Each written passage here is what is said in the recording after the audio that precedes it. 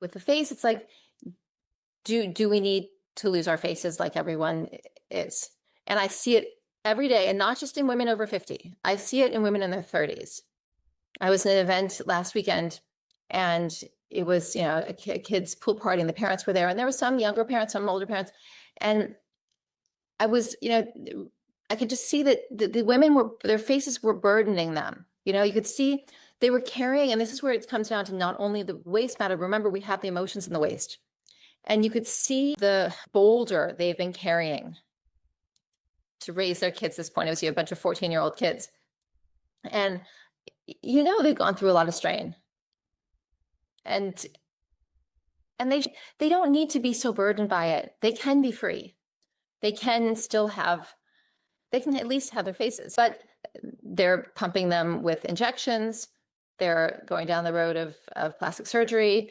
They're, and none of it's really working, because even though it might be keeping a plump appearance or nipping and tucking and getting rid of wrinkles, they've lost their faces. They're not recognizable as the person they were, in younger years. And it's not about looking young. It's about looking like yourself.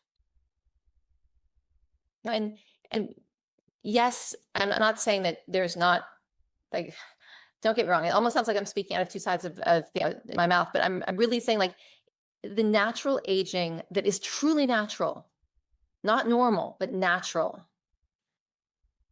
that can evolve into something really beautiful. But the normal aging is waste and clogged filters in the body.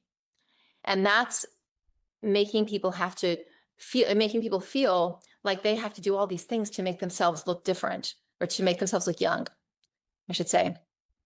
And then they don't look like themselves at all. So if you keep your body clean and you truly age gracefully and naturally, that's awesome. But to try to look young as a result of being full of waste, you become unrecognizable, and you lose on both counts. Because now you've created, if you're getting nipped and tucked, you're getting all the scar tissue.